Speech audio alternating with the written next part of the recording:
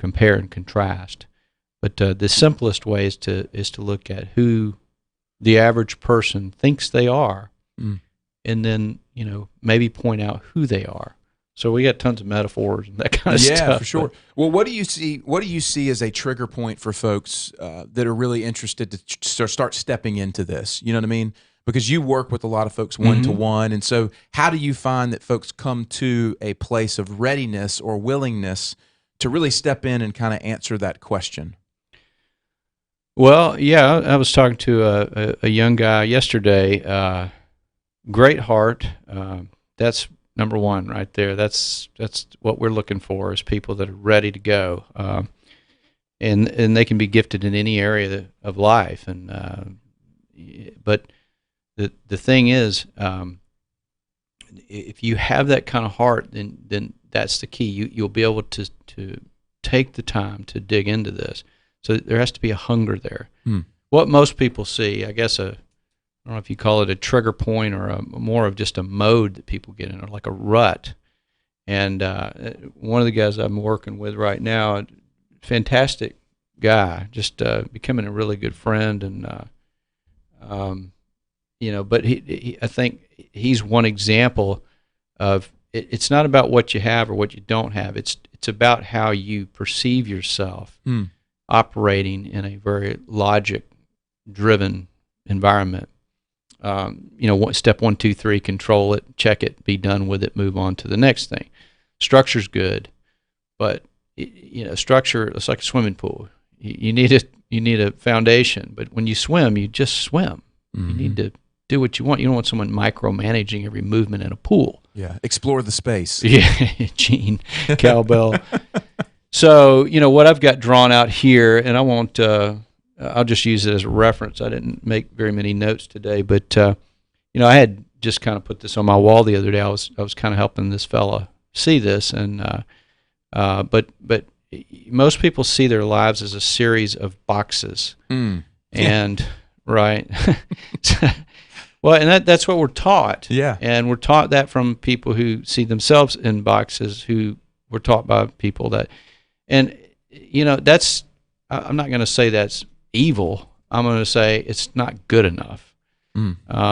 It's settling for a rusty bike when God's got a Harley dealership for you. Yeah. So that, and then also I created this pie chart, and I kind of put this guy into it based on what I've known him for about 3 years now, and plugged him in.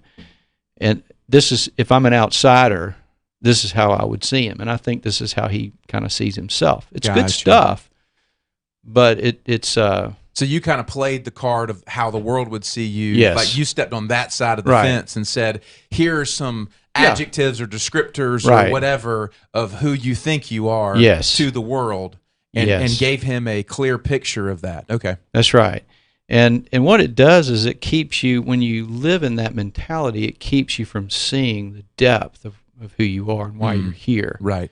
So it boxes you in, literally. It does. It's a prison of your own making. And a lot of people they don't want to dream because they don't understand what fruit bearing actually is. So they just think dreaming is just sappy thinking, and I'm too grown up for that. Yeah, they're good enough to dream up a beer, and then that's it. Give me a sitcom and a beer, right? Which are great, but you need to really work at it.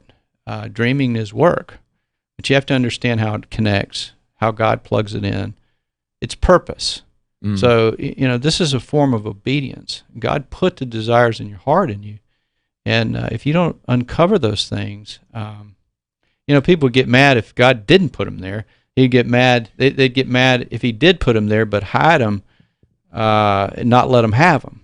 So God's goal is the same as ours. I like what you said there. It's a form of obedience. It is. I've not really thought about it that way. That's a good breakdown for you to step into who God made you to be. That's a purpose of walking out your faith life. Absolutely. It's not just about what we make it into, the box of religion, behavior, feed the homeless, whatever. Right. It's about actually being obedient to become who He made you to be. That's the greatest form of obedience there is. In fact, that's what Jesus that's good. died for.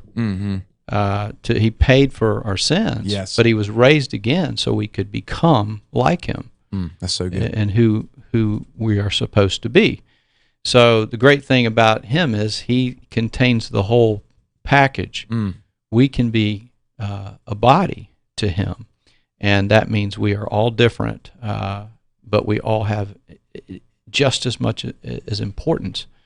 And that is what the church is. This is the one body, many parts. Yeah, fully expressed and lived out. It's people who believe with some, connected through anointing, gift sets, all that stuff, working together to change everything, and it works. It can't fail. So it's just the hardest part is helping people understand. It's such a paradigm shift. It truly is upside down thinking in a logical world.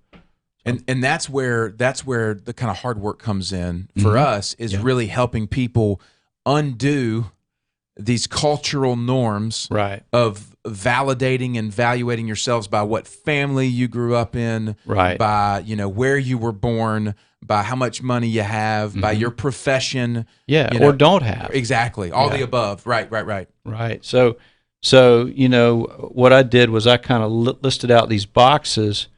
One's believer, one's businessman, one's husband, father, golfer, giver, and friend. These are all good attributes. But then I put it in a pie chart, and then I put percentages on it. Right. Now I'm not going to share all that because it doesn't matter so much. It's just an example. Yeah. So I can go up to somebody and say, what are your we can use whatever language, but how do you see yourself? And almost anybody will put themselves in a few boxes or a pie chart of some sort. And what we're after is the output, the fruit. These are labels. These are things that we can identify with, but they are not the whole of who we are. Our identity is not reduced to those things any more than, if you drive a certain car, your identity is not reduced to that car. So what we're after here is that, and we talked about this last week, that you're not after a moment, you're after a mission. You're not after good deeds.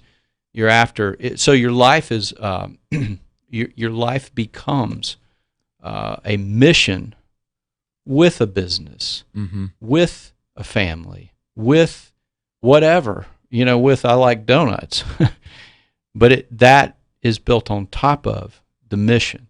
And so now what happens is you can begin to go from a one-dimensional to a three-dimensional type life. And it's not hedging your bets. It's getting to the legacy part. Do you want to help a few people, or do you want to change the world? Do you want to be a good man or a good lady, or a great man or a great lady? Some people just say, I just want to be a good person, but I think God is either, he wants you to be great. I don't think he wants you to settle. Most people do, but that's not. So you do have to engage it. It's hard work, but it's so worth it. Yeah. But it's a different type of work. Well, it ultimately, this season, kind of in the world, has drawn us to a place where you have this or that. It's either stepping into what we're talking about, right? The true self, who you actually are, however you want to look at that, your purpose, your calling, all the above, the anointing, etc. Right. Or it's trying to, swim across the Atlantic, under your own strength. And we just see how willpower and all the labels and all the boxes are just being shaken and wrecked right now. Yeah. And so folks have to get to a point where they go, I have a choice to make. Yeah. And I think that's that first step, and then they begin to step through that doorway and then explore what's behind it. Well, it's like seeing the Word. This one fellow I'm working with, and a lot of people, but it really, really wants to learn the Word. He's got a hunger for it, but we've been kind of working through different versions and different things that feel right, but he loves golf. So I said, what's the best course in the world? He kind of thought about it, and this guy would know. He said Augusta. Okay. And I said, okay. and I was pointing at his Bible. I said, that Bible is Scotland. That's the origin. And, and then he got it. He understood the richness of this. So you want to dig into the Word. You want to approach this as if it's got depth to it, rather than complaining about it. You got to press in. And what I'm finding is the more that people grab hold of this and step in just a little bit, the more they want to. So it perpetuates. But the Bible is a good example, because a lot of people are like, I don't even know I can't do it.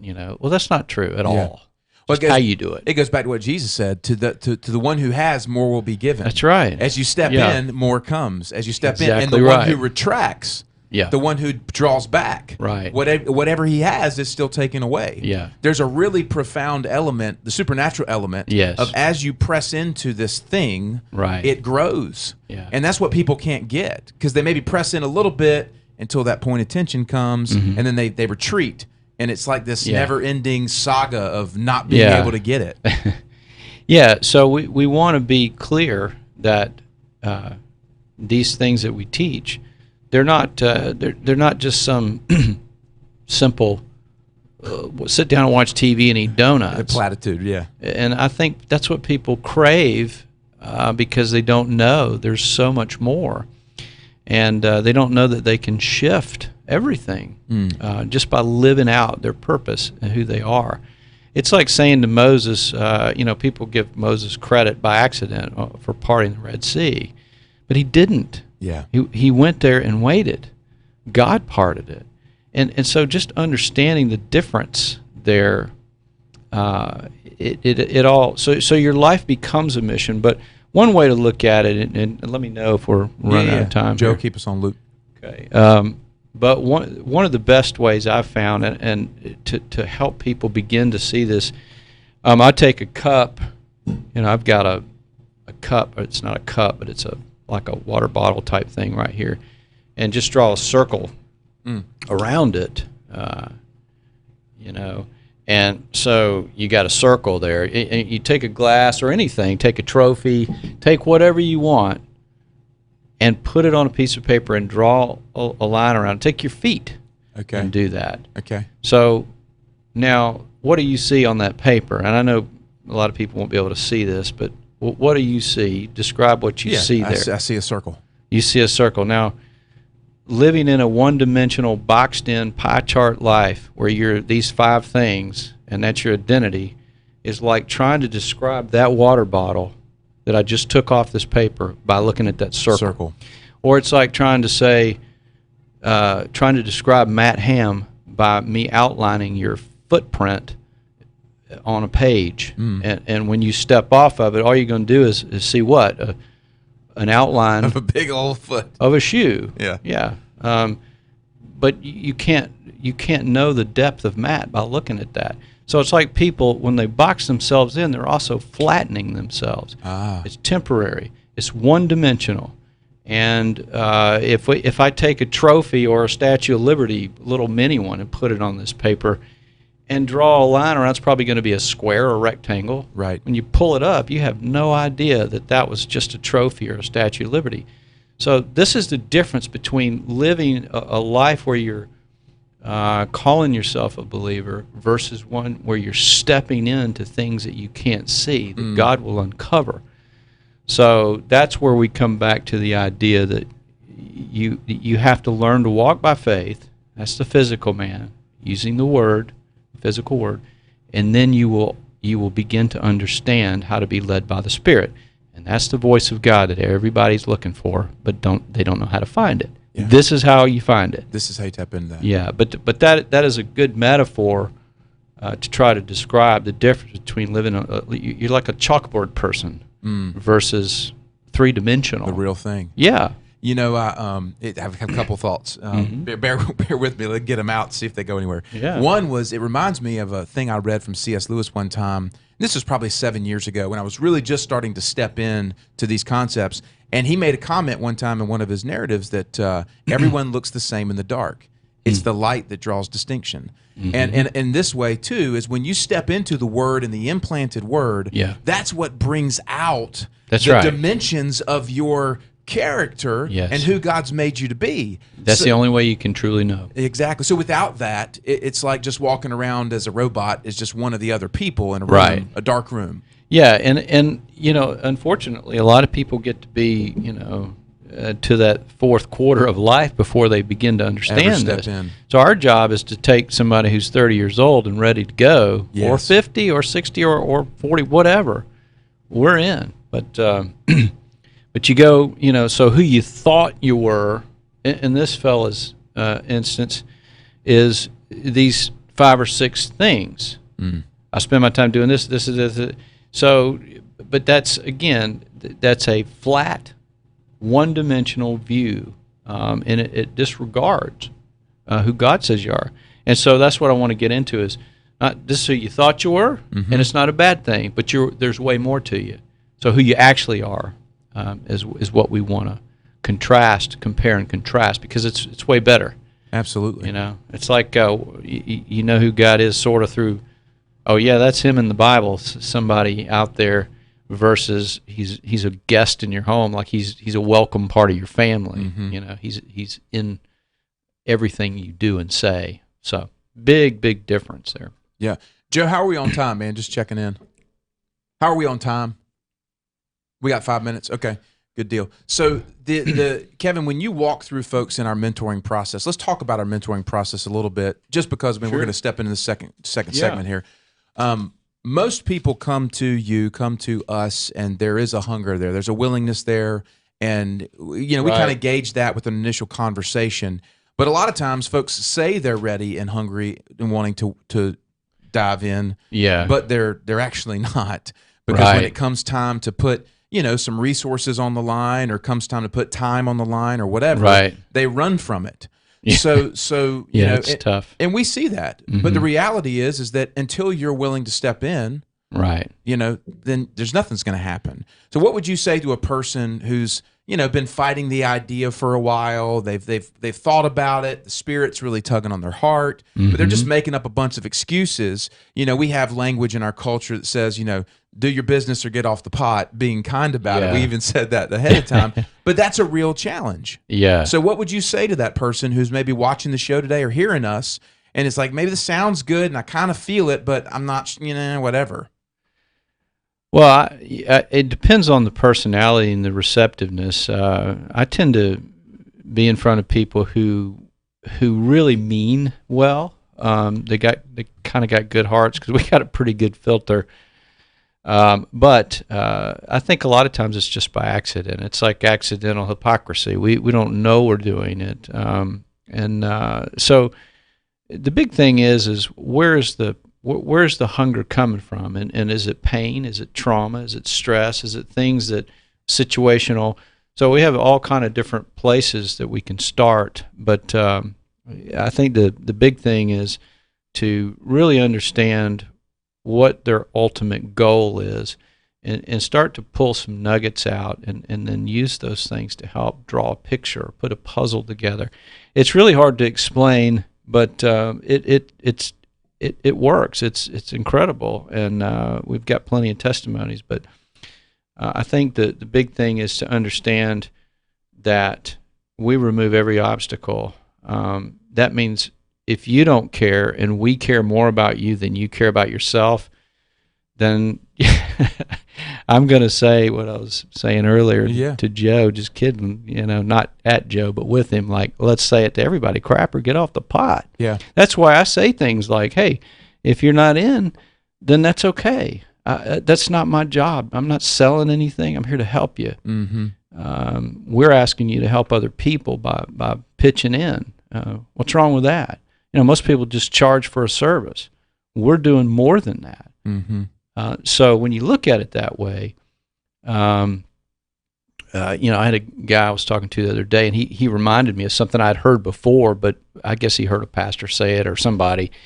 But it's a great thing to remember, and you can plug in whatever number you want. But you go up to somebody and say, "Look, I'll give you $500,000 a year income if you never read the Bible again."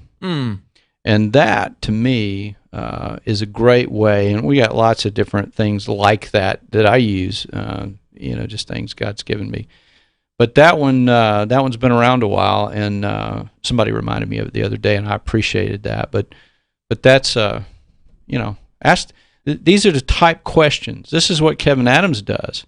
It's very C.S. Lewis-like in terms of, I'm not comparing myself to him, in terms of, look, I'm not going to let you escape. Yeah. You've got to answer a question. And if you're not willing to do that, then I'm not going to spend my time with you. Yeah. Because there's other people that need help, that really want it.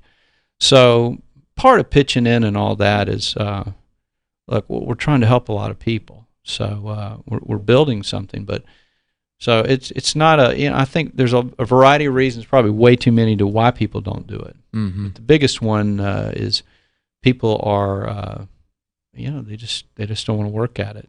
One of the questions that we early on formulated that you came up with was, are you going to still be in the same place 1 year from now? Yeah, that's right. I asked them. We ask it every year on our community text that we send out. Yeah, it's and that's a challenge, because hey, here you are, call it in the rat race or the hamster wheel or whatever. Is that where you want to be? Right. 1 year from now. Well, I think it's a good segue too, Matt, to pull in a teeny bit. We can do a show about this later, but we can pull in a little bit of parenting in the legacy thing. We were talking about this before, and we've been talking about mission and legacy of faith and all that. And your kids are growing very quickly, and so I think another way to look at this is to you have to deal with people right where they are, but you have to be firm about it. Yes. And otherwise, why are we? It's not a social. Right. Feel good. Yeah. Yeah. It's hard work. It is. Well, that's discipleship. It is. But I'm going to work harder, to help you than you. Yeah. Then you got something there. And we have the example in Jesus, who did not give idle time. That's right. Trying to convince. That's right. People. You said it last week. He essentially does two things. Mm-hmm. He delivers them and heals them. That's it. And he teaches them. Yeah. That's it. And that's spiritual and physical. Yes. Without both, you got a hole in your boat. And that's what Life Center is. It does both. Yeah. And that's what we do. So. Well, friends, we're going to go to a break here. We appreciate those who are watching us streaming live, and we'll be back after a short break. But wanted to let you guys know, if you're not already plugged in, go to uprint.life, youuprint.life, and learn more about us. Reach out to us if you need to, but get plugged into the Portable Faith community and consider stepping into one-to-one discipleship with Kevin. As I've said before, he's the very best I've ever encountered, and it's an honor to be his partner because that's what he's excellent at doing, and we're here for you guys in that. So we're going to take a short break. Back for more right after this.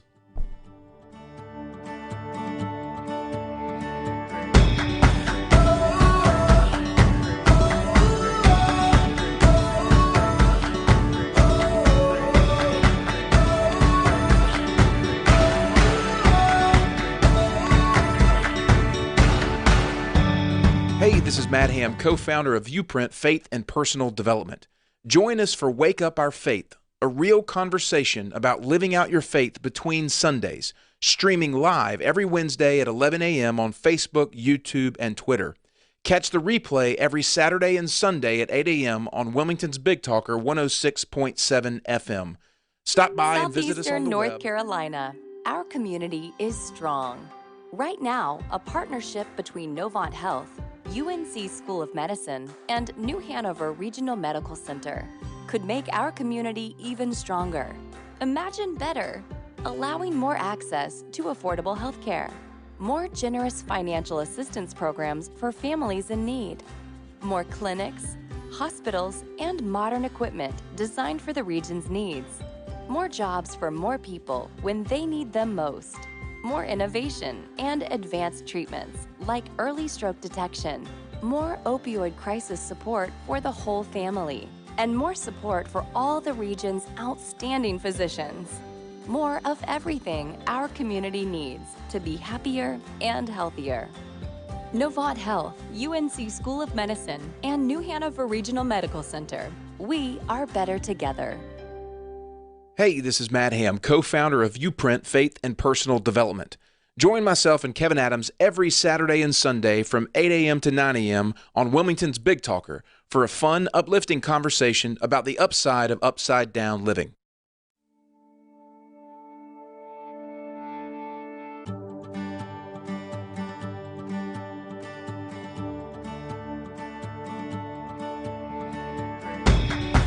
Hello and welcome back to Wake Up Our Faith. This is the show where passion, purpose, and dreaming big challenge common sense. We like to think of it as a conversation to shed light on the upside of upside-down living. Matt Ham, Kevin Adams with you every single week. We are live every Wednesday, 11 a.m. to 12 p.m., Facebook, YouTube, and Twitter. Restreaming every weekend, Saturdays and Sundays on Wilmington's Big Talker 106.7 FM from 8 a.m. to 9 a.m. We'd love for you guys, if you're listeners to the show, reach out, let us know that you're listening. We do take call-ins, and we can and love to kind of be an advocate for you in your faith journey where you are. So if you guys want to call into the show, you can do so, 910-805-8330, 910-805-8330. We can address that, possibly include it in an upcoming broadcast. And today, we're kicking off our second segment. This is when we normally take our listener calls. Today, we have a call from Tricia. I think Joe's going to roll that here in the studio. Hey, Matt and Kevin, this is Tricia. I guess, trying to be a support for people during these unprecedented times and the stress and everything that's going on in the world. I know we each have our own timing and the path when it comes to finding our faith. But, what advice, besides praying, would you say to a non-believer? How would you approach them? Something maybe that makes them want to learn more about God and perhaps change their minds. It's something that I've been struggling with people I care about, and I'm just curious what your stance is and what direction you take that. Thank you both for everything. Be blessed. Talk to you soon. Bye. Good question. Yeah, it's a great question. Maybe one of the best of all time, right? Amen.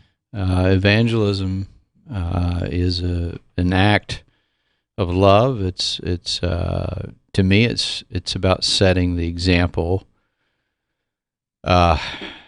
Everybody is different, and you have to understand how God uses you in that scenario. So there's not really a canned answer, and I think that's why the church model doesn't work so well. That the Sunday thing, you try to can it down.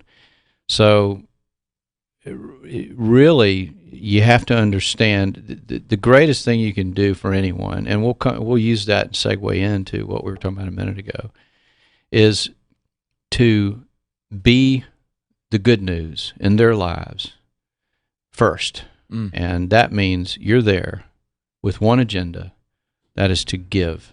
And when you do that, it will bear fruit. It will be excellent. It will honor God.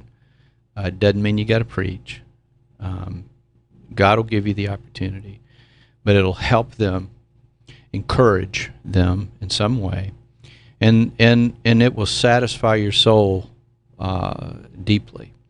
So that's the best way, and I've found, been at it a long time, and that works. That's how God draws all men to Himself, rather than trying to men going out there and getting them. Sell, whatever, plaid jacket, Christianity, Amway it, whatever the heck, it's just, that stuff's done. It doesn't work anymore.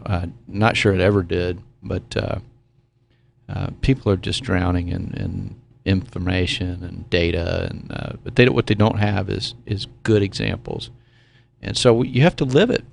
But you can do that very specifically in very small ways by loving on them, especially in ways that they need. I get people say, well, they throw the word vomit at me, and but you let people vomit on you and all that, and I'm like, you know what? I'm just a great listener, and I'm not going to call it vomit anymore. We're not going to call it that. I haven't, but what I'm saying is, become a good listener. Yeah. Give them a hug. Give them a cup of coffee. That's how people. Nobody cares what you got to say until they know that you care what they have to say, what they need to share, and you got to mean it. with everything in you. That is the best way, in my view, to evangelize. But you can do it in all sorts of ways beyond that. You got to have that kind of heart. Yeah, and that's fantastic, man. And Tricia, thanks so much for calling in. I think there's a lot of tension that's been built up over the years within kind of the Western Christian model, is you somehow have been made to feel like a bad Christian if Right. you're not leading others to Jesus. And so it Yeah. becomes a behavior pattern Yes. that we put pressure on ourselves, Right. and we lose authenticity. Yeah. And so what you're saying is like, just love people, just be Yeah. there. And Yeah. if somebody needs to sit down and just empty their heart, then Yes. listen, daggone it. If Right. they need a cup of coffee, then just Right. give it to them. Yeah. You know what I mean? Just be who God's called you to be. That's and, right. and again, this is where we talk about kingdom evangelism. Yes. Which is a coined phrase kind of thing we started talking about Right. like 4 or 5 years ago. Yeah. Kingdom evangelism Right. versus, traditional. The gospel of the kingdom is bigger. It's a broader thing. The gospel of salvation is the centerpiece, and it's the doorway. But it's go on the monopoly board. The kingdom is bigger. Yeah. So why are you saved? This is the why part, and most people stop there, and they just want to look at the great beyond in one day and, okay, I did it. What's next? Yeah. And it's just not like that. So, but yeah, I think the simple answer is you be the good news. The best way to share the good news is to become the good news in their lives. And you're not saying you are God. What you're saying is you're a conduit of Him, and He will express Himself through you into their lives every time. They may or may not listen, but that's not your job. Your job is to carry out His will, and you'll find great satisfaction in it. Yeah. One of the things you told me a couple of weeks ago, and we've talked about this on the show last week, I think, is just navigating some own tension in my life and just kind of coming through, what I would feel like is a latter rain, a latter season of maturity as I step in. You said, Matt, at the end of the day, no one can stop you from giving. That's right. And man, it's invigorated me in such a profound way. Yeah. And I've woken up the last couple of weeks with just a passion and a sense of purpose that I hadn't had in a while. And it kind of waned, through the season with the COVID and all that stuff. And you said, man, nobody can stop you from giving. And now is your time to step up and do this. And it was great because it goes into what we're talking about today in the show of who you think you are versus who you actually are. It's like, go be that dude. That's right. Nothing can stop you. Yeah, and I think that we can look at the discipleship process in the same way that we look at parenting. It's not quite so radically. It doesn't take as long, and it's not as difficult and all that. It's not an 18-year process. Yeah, but it is the trajectory is often the same, and because people are people, and what we want is to preserve the child in people, the childlike thing that can become a son or daughter, and to know that of God. I would encourage everybody to read Ephesians. Just start digging in. It's mind-boggling how clear this is, that God wants us to see Him as a Father. And, we are one, but we are also individuals. Man, chapter 4, oh my gosh, it's one of my favorites. So, yeah. Love Ephesians 4. Yeah, it shows unity and individualism. It's a beautiful letter, but Ephesus was a city. It was a place, just like Wilmington or wherever. But we'll plug in parenting just for a second. This is not a parenting show, but let's use this to help explain this idea between chalkboard man, flat world, one-dimensional thinking. Mm-hmm. Check off these things. This is my identity. It's what do you do in an elevator? Well, what do you do? Well, I work at an insurance firm or an accounting. I mean, I cut daisies for a living. That's great. That's output. That's beginning to be some type of fruit. So there's more to a tree than one piece of fruit that came off that tree. So it may point to it. It may be that type of tree, but it's also got all these other circumstances that tree is there. It's in front of my yard. This is my tree. there's so much to the individual nature. So just to bring that back down, because I can get real out there, but you take a child, and what you want to do is you don't want your children to run the show. And I say this with experience. Again, I just speak from examples here, not that I know everything, but you have to remind your children. You don't serve your children when you let them out of some false sense of tenderness. You wouldn't let them start the house on fire because they just feel the need to. You have to be firm, very firm, and that's what spare the rod means.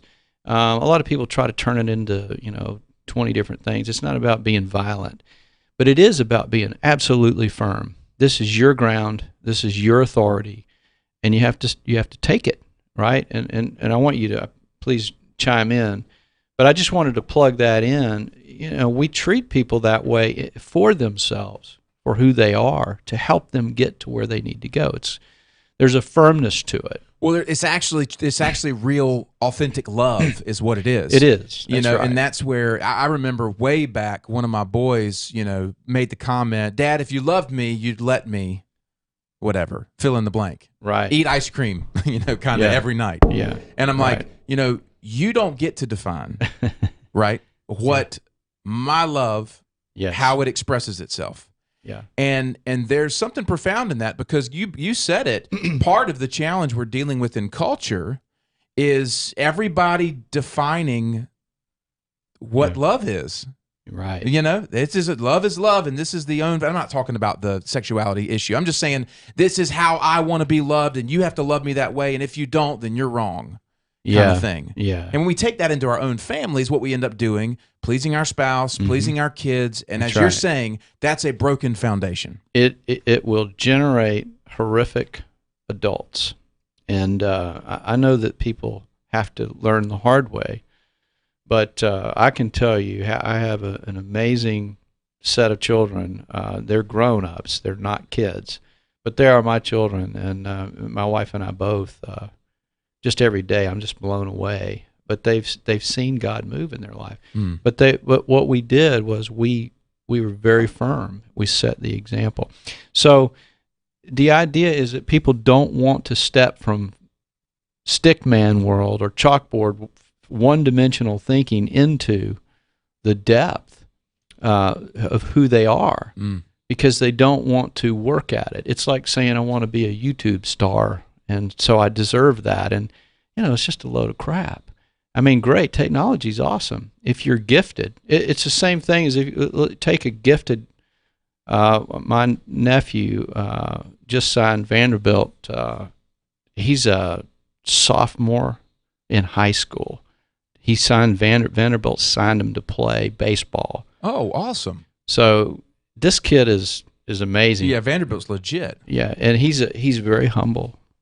Godly kiddo, funny as a whip, man. But and we're really proud of him. In fact, we're proud of his parents. That's Holly's younger sister, and they're great folks. They live in Knoxville area. But what I'm getting at here is there's plenty of other people who want to force their kids to become some kind of star. Well, you can do a lot of that. You give them opportunities, but you have to understand as a parent. And I don't want to get too deep into the parenting, but that's what discipleship. I'm trying to show the mirror here. You have to understand who they are and help them get there, and you can't let them get out of bounds on that, because they'll run all over the place. And that's why people don't like to necessarily sit down and dream and or study the Word, or just have prayers of thanksgiving, because it doesn't seem productive. Yeah, it seems like, well, I'm just rubbing a genie in a bottle. It's a waste of time, and you just give me a beer and a movie. I got to relax. Well, that's fine too, but we have to. It takes work, and I think that's maybe what I'm saying today. Is it just like it does with parenting? You work hard for your kids, but you do no service to anybody by just allowing them to run all over the place and waste their time and yours. You can love them. you don't have to be angry, but you do have to be firm and say, wait a second, here's what I see. Yeah. And so anyway, that's who you actually are is what you're after with your kids, but it's also what you're after when you're helping people. And that's what Jesus was after with people. That's what the disciples, the apostles, in all versions of gifts point to. I think the key is you're talking about this. A lot of folks have worked really hard at becoming who they think they're supposed to be, right? Or who their mom and dad wanted them to be. That's right. Or who their neighbors want them to be. Yes. And that's the great challenge. Who their church tells them they're supposed to be. Yes. People work really, really hard at becoming the wrong person. Exactly. And without even realizing it. It's a good way to put it. But what we have to do is shift, and we have to work really hard at becoming who He's called us to be. That's right. And that's where it does take putting in the effort. It does. And again, we're not, people always joke, so what are you saying? Just sit there. You joke all the time. Don't sit on the couch and wait for it to rain in your mouth. Right. But it's once you know who you are, man, work your rear end off at that. Yeah, that's where your life is a mission now with all these other things that you can build on top of that. This is building your house on a rock instead of sand. But so who you actually are is who you are to God. Yeah. And if you build your life on that and you make the investment there, now you're turning down the $500,000 a year paycheck, hypothetically, to not read the Bible. If somebody told me that, what? Yeah. I'd mug them probably. But there's surely some people out there who claim believer, atheists are here. They're not going to care. Just give me the money. But there are certainly people who would really have to think that through. I mean, there's no thought, I'm sure, in your mind or mine, like, dude, the Bible is. I wouldn't even go near that. That's everything. Well, that brings ridiculous. back the Book of Eli, the movie there. Oh, yeah. Spoiler alert. It's just that how when you truly understand the value in it, timeless, value in it, like it is the greatest gift that we have been given other than the Spirit of God which dwells in us. And that's the thing is they work together, and you need both. One is the physical man, the outer man, walking by faith. You have to turn away from letting the things around you lead you. And then you can begin to, that's like plugging your guitar into the amp. Then the Spirit of God illuminates, and you start to understand what He's saying and where He's going. And then your prayers connect, and you start seeing the power behind the authority. There's, as we're talking through today, just the idea of one-dimensional living, who you think you are, all the past trauma, pain, etc. It really, there's this thing emerging of the dichotomy of what people are truly, working toward. And the greatest challenges to that, from what I'm seeing over here, is culture, surrounding, circumstance. Yeah, it's physical. Yep. And impatience.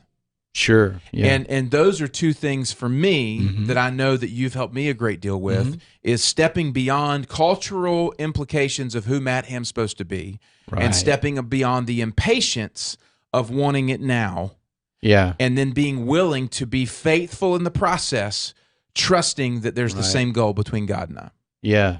Well, you can't really you may have a good heart, but you can't really exercise your faith if you don't understand what patience is, and many of us have to learn it the hard, long way. But patience is meant to be rest. It's meant to be take the moment off, jump in God's arms, and let Him do it. And but most people don't realize that. So if you go back to childhood and you have some things to deal with, then and those things don't get healed or dealt with, then you continue your life with those things, and you bounce around, get tossed about like the waves, et cetera, et cetera. So this is a holistic process, but who you actually are is who you are to God, and that's where we start with the Word. We start with we go to the implanted Word. We talk about the heart. You have to begin to see yourself the way God does before you can see yourself in the fine-tuned brushstrokes of that Rembrandt that you really are. You have to know that you're His son or daughter, you're His bride, and all the attributes that go with these things, and you're His friend. And if you don't see yourself that way, then what you end up being is a kind of a saved servant, hanging out, waiting for one day, getting these other things done, stacking up stuff, trying to get an income, or working for security, and when you find it, falling asleep in the comfort of it. That's what happens to people, and they stay flat world, one-dimensional, and then they die. And they say, well, he did a few good deeds. But 3 generations later, nobody even remembers their name. It's not about being remembered. It's about changing the world while you're here. If I could ask anybody, would you want to change the lives of 1 million people or 1? Well, 1 is valuable. But if you had the choice, your life could change 1 million versus 1, what would you pick? I know what you would pick, but it's not meant to be hard. It's the Red Sea will part if you go do this, and you will change lives. You will help people. Everybody has this in them. It's called fruit bearing. The part that gets left out is soul satisfaction. When you know you're his child, his bride, and his friend, now you can start to live from that place. Then you can plug back in the things that these are the desires of your heart. Yeah.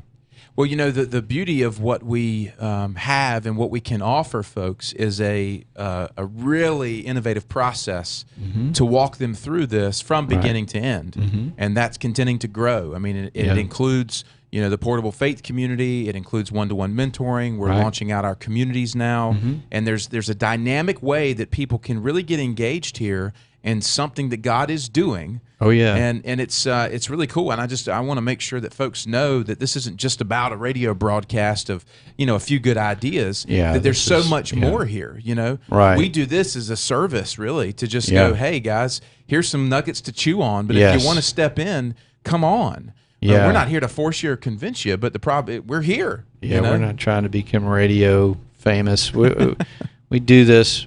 It's a form of public discipleship just to reach out but I think when you think about it this way too, when you again back to the parenting thing, if you live a good life, you do all the things run a business, the things we talked about earlier, these boxes that people live in.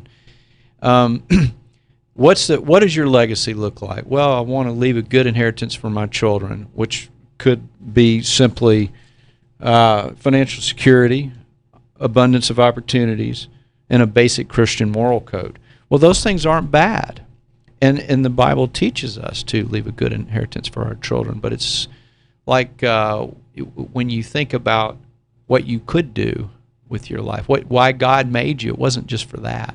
That comes along for the ride. Yeah, there's more. You get your family is a blessing to you. They're not purpose. So your anointing, when your gifts are on top of that, the effort happens, and it will change the world. It will help everybody it's supposed to, and God will bring them across your path. So it's not just your children anymore. It can be literally millions of people that your life can change. And that's a great challenging thought as we kind of start to wrap up today's show to people to sit with, is just recognize the reality. Yeah. God did not create you from mediocrity. That's because right. There's nothing about God that's mediocre. That's right. And you have to be willing, though, to step into the process of becoming who he made you to be. Yeah. Because that's the only way that you'll press past mediocrity. Yes. Yeah. I know we don't have much time, but Sylvester Stallone, we saw a little documentary the other day, and I don't know if it was on Netflix or what, but I think he wrote Rocky in like 3 days. That's crazy. And he was nobody really. He was an actor, but when you think about this guy stepped in and did something, and gosh, it's an anthem for generations. Some of the kids today don't give a crap about it, but it is a fantastic story. That's calling. That's anointing. But he did it, and he didn't know he was going to win Oscars and make money. All he knew is he had a burning desire to do this when other people said, you got to do it a different way. Well, and he didn't compromise on it, because he did not compromise. Part of the deal, as I've read, I hadn't seen the documentary, but he said, hey, here's the script. That's right. And I'm the lead actor. That's right. That's right. And they go, no. Yeah. And he said, nope, then give me the script back. Yeah.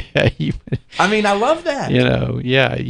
You have to live that way. But when you do it for God and from Him, it's unstoppable. And how do I know? Because I've done it both ways. And I got rich doing it the other way, but then it was gone, and I saw the futility of it. It's just like Ecclesiastes, except I got another chance. The wind. The wind. But anyway, yeah, but there's tons of examples. We're meant to live from that place. And when we don't, think about it this way. If you stay one-dimensional person, you're going to probably help your family and maybe a few people around. If you live in the depth of who God shows you, He uncovers who you are, not only will you be extremely satisfied, but you will help a multitude of people. You'll help set them free, along with all the rest of us working together to do it. You choose. It does take a little work on the front end, though. Well, it's transforming geography, and that's what that's the marker that Jesus came. I'm stepping onto the scene, right, and I'm going to change the landscape around me. Yeah. And then He poured that into 12, ho-hum dudes, right, and those 12 ho-hum dudes transformed the geography around them. Yeah. And then here comes Saul of Tarsus. He got it. He transformed the geography. That's right. And this is what has happened with the movement of kingdom people from the very beginning, and now is our time to do the same. It is. Yeah, we don't need a bunch of disclaimers. We just need to lead and get on with it. And if you don't want a part of it, that's okay too. We'll give you a hug and a glass of Kool-Aid. But if you want it, we will keep you from falling on the battlefield. We'll walk with you every step of the way. No obstacles. I don't understand why somebody wouldn't want that. It's genuine. And it's got credible, benchmarked, proven history. Yeah. And it's all built on God's word. And so you decide, but we're moving forward, and it's a wonderful thing. Lots of good people are involved, though, and we're very thankful to them. Absolutely. And as we wrap up today's show, I want to recognize some of our corporate partners who participate with us. One being Dr. Greg Veman. Dr. V has a ministry called Everlasting Strength on the web, everlastingstrength.org. He also runs Seacoast Skin Surgery, 910-256-2100. Chris Hutchins and his team at Guaranteed Rate Mortgage, more than 25 years experience in the mortgage business, a great growing team there. If you're looking to buy a home or refinance, the market is crazy right now. Take advantage, 910-344-0304. Also, Century 21 Swalyer and Associates, family owned and operated, more than 30 years experience. The Carolinas' largest, most successful Century 21 agency, 910-256-0021. Also, our good buddy Christopher Riley, Chris Riley, and the team at Cap Trust Wilmington, helping folks with long-term financial plans. Make sure you reach out to Chris and his team at Cap Trust Financial, 910-256-8882. Also, Melissa Thomas, known online as Melissa the Coach. Go melissathecoach.com to learn more. She's a speaker, personal finance coach who helps people declutter their lives so they can step into their purpose. And last but certainly not least is the Rising Tide Real Estate Team, full-service real estate brokerage team out of the Intercoastal office right here in Wilmington, North Carolina, 910-620-7177. And Kevin, that's really what we do. We want to be the rising tide that floats all the boats around us. Yes. Instead of waiting on the tide to rise, it's our responsibility to bring we rise everybody with us, and that's what this is about. Yeah, step in, and your hunger will grow. You got that, and then you're off to the races, and it's an adventure. So look at it that way. Absolutely. Well, man, thanks for everything today, friends. Thanks for watching. Check out more at youprint.life, youprint.life. Thanks to Joe for producing the show and the Big Talker for hosting us every weekend. You guys have a great one. See you next week.